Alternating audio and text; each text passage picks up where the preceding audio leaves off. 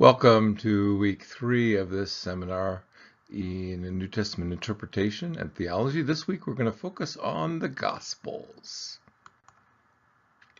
In this segment, I just want to say a few general things about interpreting the Gospel genre. You'll be reading Jonathan Pennington's Reading the Gospels Wisely, which is overall, I think, a pretty solid introduction to the Gospel genre. In the first section of the book, he covers many of the key introductory matters. For example, the first is the very notion of a gospel. What kind of literature are these books? He begins by trying to trace a biblical definition of the word gospel itself, a term about which there's significant debate. We'll come back to that again, at the very least in our discussion of N.T. Wright a little later in the course. But the genre of gospel is more pertinent here. What kinds of books are these? Interestingly, Pennington frames this in terms of literary competence, suggesting we're still circling around some of the same issues we introduced previously, right? You'll be introduced to the question of biography and to whether the Gospels are something more than a simple biography, or they say more than what a simple biography might. That is, though they share some features of a biography, there are key differences which I think relate to their theological significance and purpose. Pennington does well to remind us of the importance of the Gospels. I mean, he makes them central in certain ways. I think that can be most important to those of us who either intentionally or through benign neglect find that we spend most of our time in Paul's letters, for example. Narratives have special power. I think it's a mistake to construct our theology of Paul out of Paul and then to only use the gospel narratives as illustrations or proof texts in support of Pauline theology. We'll come back to this a bit when we get to biblical theology. I still recall almost a bit of a shock I felt when I saw an interview near John Piper's retirement, when he observed, without a regret it appeared, that he had never preached a series of sermons from any of the Gospels. That just seems, to me at least, a little odd at best. Pennington actually addresses this further in chapter 12. At the end of the book, he argues the Gospels ought to have a priority. Maybe that's too strong of a reaction, although maybe not. But certainly the Gospels are just as important as Paul's letters or the rest of the New Testament. And I think our preaching and teaching emphases ought to reflect that. And often they don't. The importance of letting the four Gospels each speak for themselves without too simple of a harmonization is important as well. It's for this reason I've long been suspicious, and to be honest, even a little hostile to the life of Christ approach, even though one of my favorite teachers in Bible college has long made that his specialty. Pennington introduces the tension between Hayes and Wright that is part of this. And I was present at a conference a few years ago where this tension became quite clear.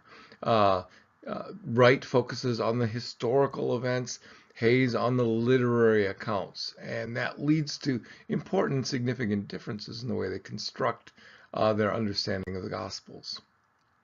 In terms of hermeneutical issues for the Gospels, I do want to highlight the chart from Pennington on different avenues of reading a text. I think this is page 112.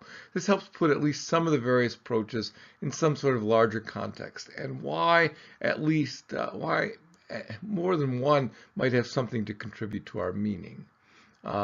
You'll want to think hard about Pennington's suggestions for hermeneutical stance and method, whether they're universal or helpful, or how do we do this? So we have behind the text sorts of readings. We have in the text literary readings. So Wright would be behind the text. Hayes would be more in the text.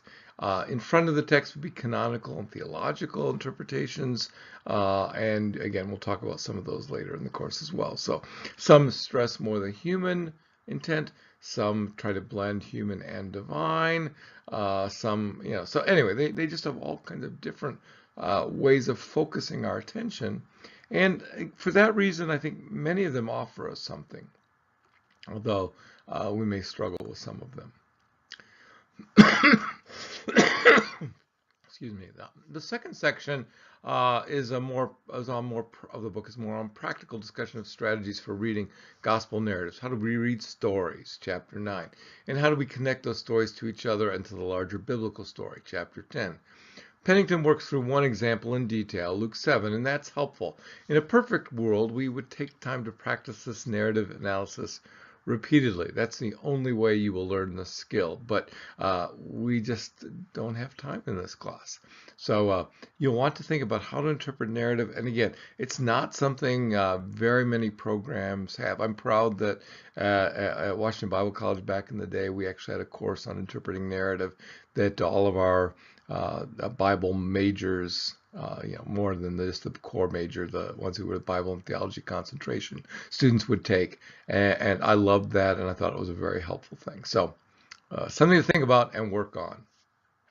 In the third section of the book, Pennington highlights the need to apply and teach the Gospels.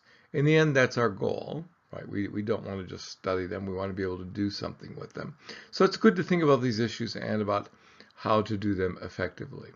Of course, Pennington doesn't and can't cover everything, but I think I find most of the big questions are covered. And some of his material prepares you for future topics in the course. So enjoy.